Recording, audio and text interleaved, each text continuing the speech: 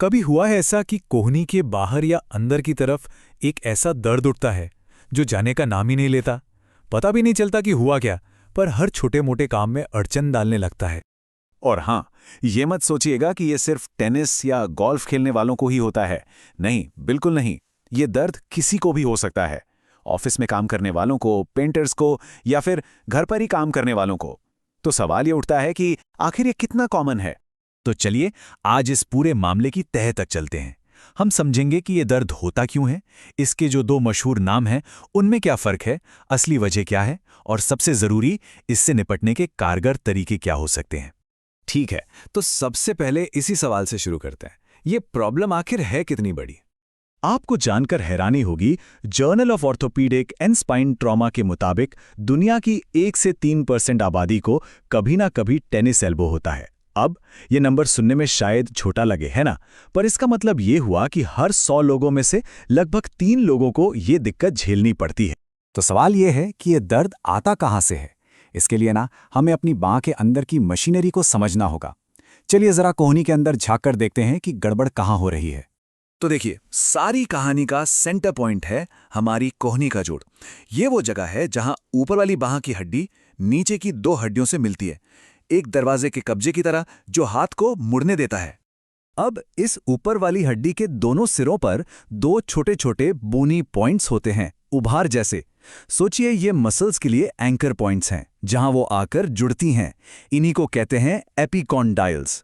एक अंदर की तरफ जिसे मीडियल कहते हैं और एक बाहर की तरफ जिसे लैटरल कहते हैं। तो जो अंदर वाला पॉइंट है वहां से जुड़ी हैं फ्लेक्सर मसल्स। इनका काम है पकड़ बनाना, मतलब मुट्ठी भींचना, कोई चीज उठाना।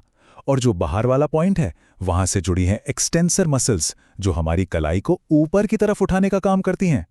अक्सर लोग सोचते हैं कि ये सिर्फ सूजन है, मतलब इन्फ्लेमेशन, पर असल में मामला उससे कहीं ज्यादा गहरा है। इसे कहते हैं टेंडिनोपैथी। इसको ऐसे समझिए, जैसे एक रस्सी को बार बार एक ही जगह से घिसा जाए तो उसके रेशे टूटने लगते हैं, कमजोर पड़ जाते हैं।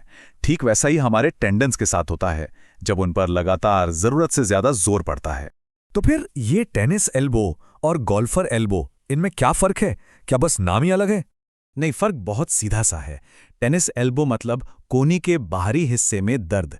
ये वही जगह है जहां कलाई को ऊपर उठाने वाली एक्सटेंसर मसल्स जुड़ती हैं।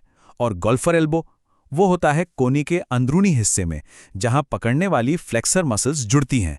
तो मतलब प्रॉब्लम एक ही है, बस कोहनी के 2 अलग अलग साइड्स पर। यहां एक और मजेदार बात समझने वाली है।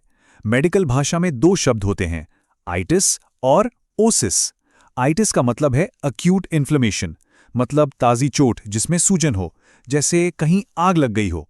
और ओसिस का मतलब है क्रॉनिक प्रॉब्लम, मतलब लंबे समय से चल रही टूट फूट बिना सूजन के, जैसे किसी दीवार में धीरे धीरे सीलन आ रही हो। और जो शब्द है टेंडिनोपैथी, वो इन दोनों ही सिचुएशन को कवर करता है। ठीक है, तो अगर ये सिर्फ खेलने से नहीं होता, तो फिर असली विलन कौन है?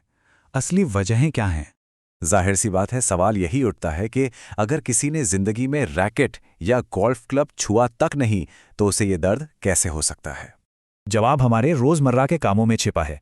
सोचिए उस इंसान के बारे में जो दिन भर कंप्यूटर पर गलत पोस्चर में टाइप करता रहता है, या वो पेंटर जो घंटों दीवार पर ब्रश चला रहा है, प्लम्बर, मैकेनिक जो अपने टूल्स इस्तेमाल करते हैं, या फिर कोई भी जो भारी सामान उठाता है।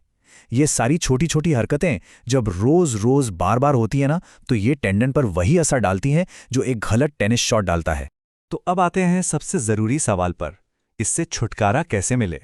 ठीक होने का सही रास्ता क्या है? देखिए, रिकवरी का एक सीधा सा 3 स्टेप प्लान है।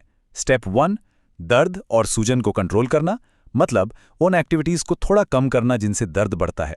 स्टेप 2, मोशन को वापस लाना, मतलब हल्की फुल्की स्ट्रेचिंग से कोहनी को फिर से पूरी तरह मूव करने लायक बनाना। और स्टेप 3, जो सबसे जरूरी है, ताकत बनाना। सही एक्सरसाइज के जरिए टेंडन पर धीरे धीरे लोड बढ़ाकर उसे पहले से ज्यादा मजबूत बनाना। शुरुआत के लिए एक बहुत ही सिंपल लेकिन असरदार चीज है स्ट्रेचिंग। जैसे अपनी कलाई को आराम से नीचे की तरफ खींचकर कुछ देर होल्ड करना।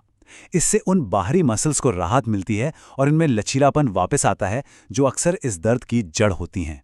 इसके बाद आती हैं एक्सेंट्रिक एक्सरसाइज।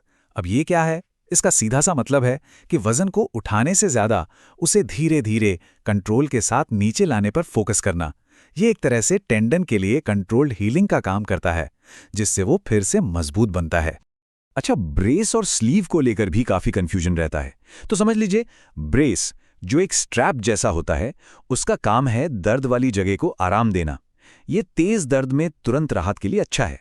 वहीं दूसरी तरफ कंप्रेशन स्लीव जो पूरे हाथ पर पहनी जाती है, वो ब्लड फ्लो बढ़ाकर हीलिंग में मदद करती है, और इसे आप हल्की फुल्की एक्टिविटी के दौरान भी पहन सकते हैं। और अगर इन शुरुआती तरीकों से बात न बने तो कुछ एडवांस्ड ऑप्शंस भी हैं, जैसे कि इंजेक्शन।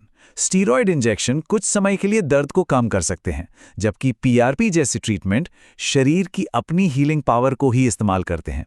इनके अलावा शॉक वेव थेरेपी भी एक ऑप्शन है, और बिल्कुल आखिर में बहुत ही सीरियस मामलों में सर्जरी भी की जाती है।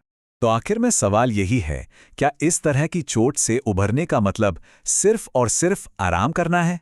शायद अब हमें इस सोच को बदलने की जरूरत है। एक ऑनलाइन फोरम पर किसी ने अपने अनुभव से एक बहुत गहरी बात लिखी, सिर्फ आराम करने से ये ठीक नहीं होता। और ये एक लाइन आज के दौर में इस प्रॉब्लम के इलाज का पूरा सच बयां करती है।